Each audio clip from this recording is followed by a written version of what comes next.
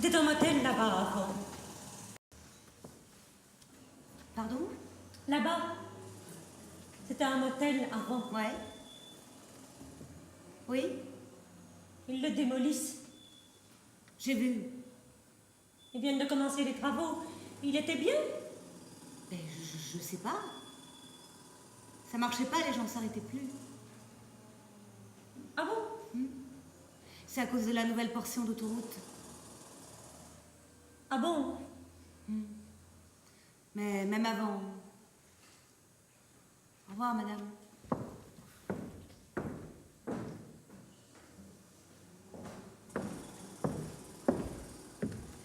Si vous voulez, vous sortez de l'autoroute. Vous faites 3 km sur la nationale, il y a un nouveau hôtel. Ah non, c'est pas ça.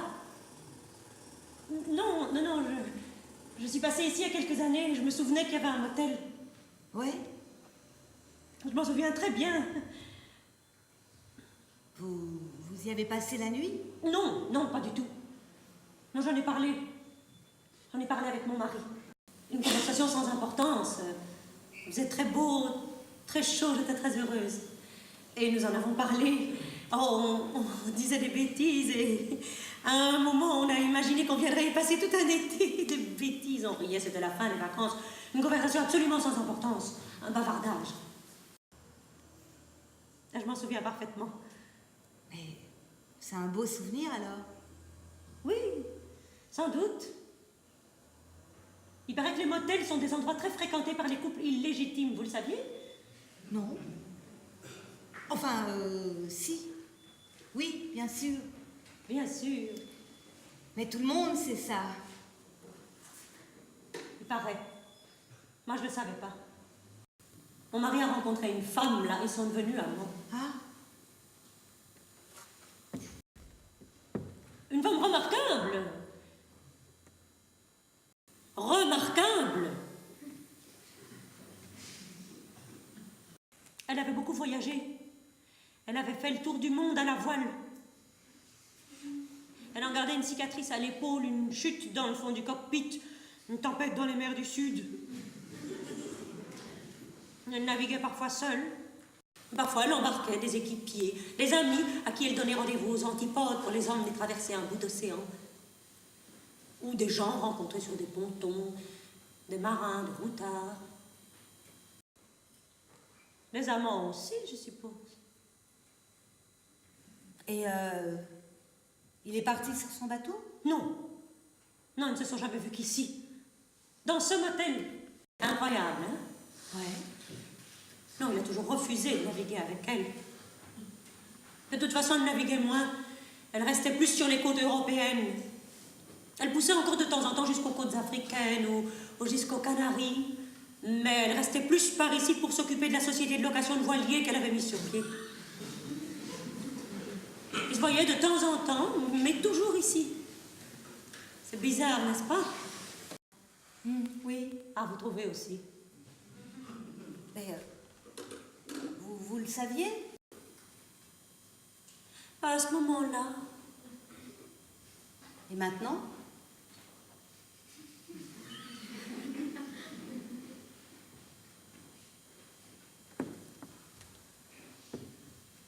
Elle est morte. La pauvre. Perdue en mer, dans la mer du Nord. Pendant le convoyage d'un de ces bateaux. Il paraît que c'est un endroit très dangereux. Pourtant, on ne dirait pas, non? Je sais pas. L'océan, oui. Les côtes africaines. Le Cap Horn, oui. Mais la mer du Nord. Les enfants s'y baignent. On y pêche des crevettes. Ça me paraît dérisoire de disparaître dans la mer du Nord. C'est pas un endroit où mourir. Pourtant, on m'a confirmé que c'est un endroit très dangereux. Oui. Oui. Il suffit d'un rien pour disparaître. Une seconde d'inattention. Je suis désolée. Ben, vous ne devez pas vous y être pour rien. Mais vous l'avez appris comment? Vous le saviez? Sa mort. Mon mari me l'a dit. À a appris. C'était étrange. Un jour, il est venu me trouver dans le jardin. Nous avons un petit jardin et dans le fond, nous avons planté des poiriers en espalier. Je taillais les poiriers et il a commencé à me parler d'elle. Il m'a dit, j'ai quelque chose à te dire, et il a commencé à me parler de cette femme qu'il avait rencontrée sur une aire d'autoroute un jour où il était parti pour une réunion d'affaires et qu'il avait du temps à tuer pour ne pas arriver trop tôt à son rendez-vous. Elle aussi avait du temps à elle. Cette femme était devenue sa maîtresse.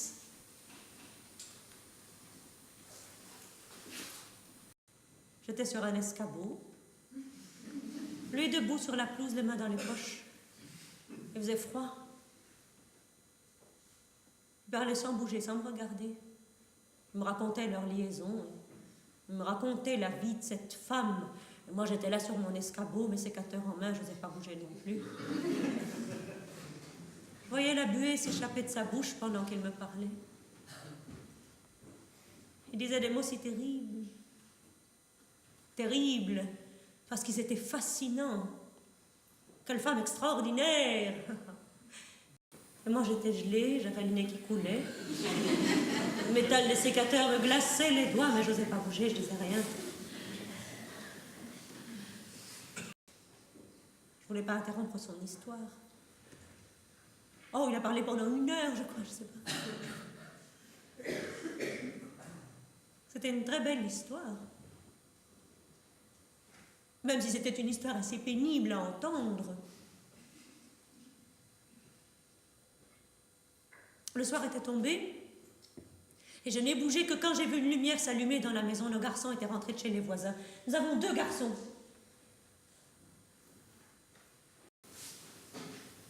Je suis descendue de mon escabeau et il parlait toujours. Je me suis dirigée vers la maison, il parlait toujours. Je me suis retournée vers lui, j'ai dit son nom, il s'est tu, mais il n'a toujours pas bougé. Alors je lui ai dit que je rentrais, qu'il fallait préparer le repas. Alors il m'a regardée et il m'a dit « J'arrive ».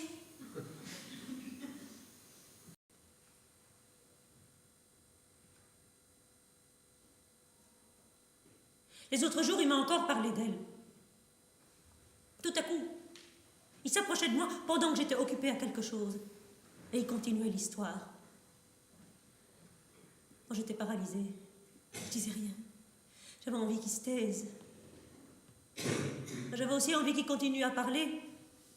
Parce qu'enfin, c'était une belle histoire. Ces mots étaient épais, sensuels. Il formait des phrases si fortes. Je l'avais jamais entendu parler comme ça. Et je l'écoutais, les mains dans l'eau de vaisselle, ou enveloppé dans ma serviette éponge, ou un pied sur l'escalier. Quand j'en pouvais plus, je lui disais « Excuse-moi, je t'écoute, tu sais, mais... » Et je déposais mon sac, ou je sortais les mains de l'eau. Mais dès que j'avais bougé, il s'arrêtait de parler. Comme un fil qui se casse. Alors, je m'essuyais. Je terminais la vaisselle. Et plus tard, il reprenait l'histoire.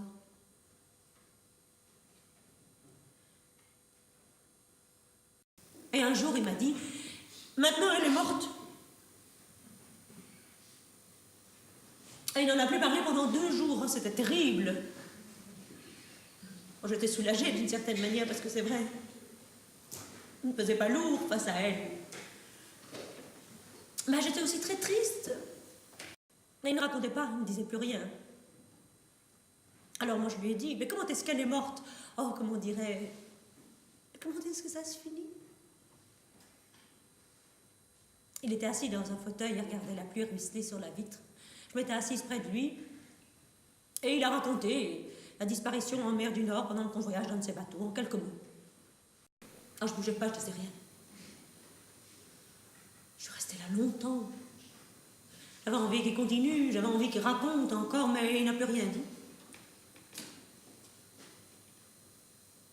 Et depuis, il n'en a plus jamais parlé. C'était il y a 1 mois. Il y a 1 mois? Oui, tout juste. Elle est morte? Oui. Mon Dieu. Il y a 1 mois. Vous avez l'air triste. Oh, c'est votre histoire. Et votre mari? Je voulais pas vous attrister. Vous savez, ce sont des choses qui arrivent. Elle a sans doute eu la mort qu'elle voulait avoir. Elle a vécu sans attache fixe, en flottant sur les choses, sur la vie. Un jour, elle est partie un peu plus loin que d'habitude, on peut voir les choses comme ça. Mon mari a l'air d'accepter très bien cette disparition. Il a l'air beaucoup plus serein. Je devrais sans doute vous remercier. Vous m'avez écouté si gentiment, vous ne me connaissez même pas. Non, c'est rien. En tous les cas, merci de votre écoute et de votre sympathie. Ça m'a fait du bien de parler de tout ça. C'est une histoire qui n'est pas facile à raconter. Pierre est un rêveur. Pierre? Mon mari s'appelle Pierre. Et elle? Il m'a pas dit son nom. Moi, je suis beaucoup plus terre à terre. J'avais besoin de voir cet endroit pour essayer de comprendre ce qui s'était passé. Je ne suis pas sûre de comprendre beaucoup plus d'un endroit si triste. Il y a tellement d'endroits dans le monde, ils ne se sont jamais vus qu'ici. Vous aviez bien pensé passer des vacances. C'était une plaisanterie, c'est absurde de passer des vacances ici. C'est nulle part ici. On est nulle part ici. Ouais. Il faut être quelque part pour s'aimer. Peut-être pas. Oh, si, bien sûr que si. Ici, c'est pas un véritable endroit, tout est faux, tout. Mais je devrais pas vous retenir plus longtemps, vous vouliez. Ouais.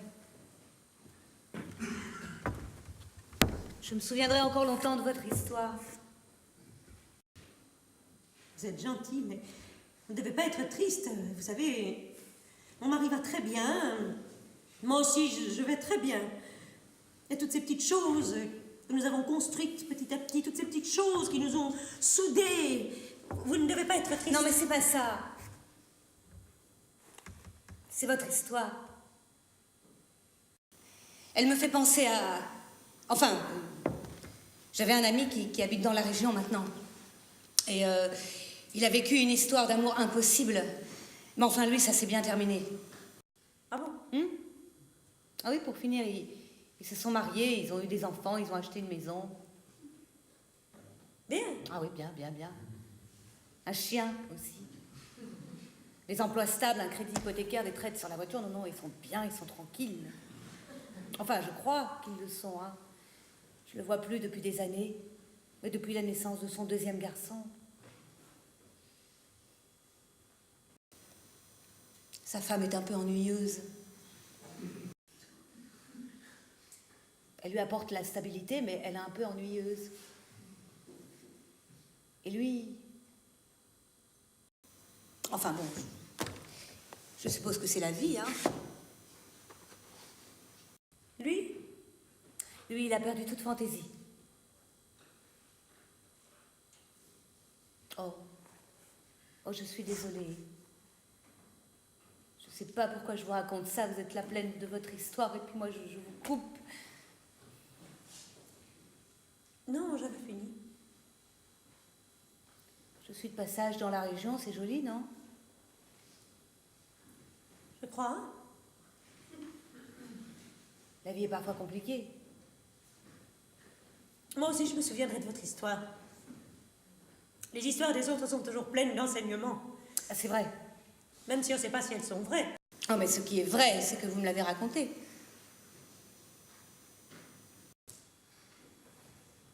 Eh bien, bonne route. Vous allez loin? Oui.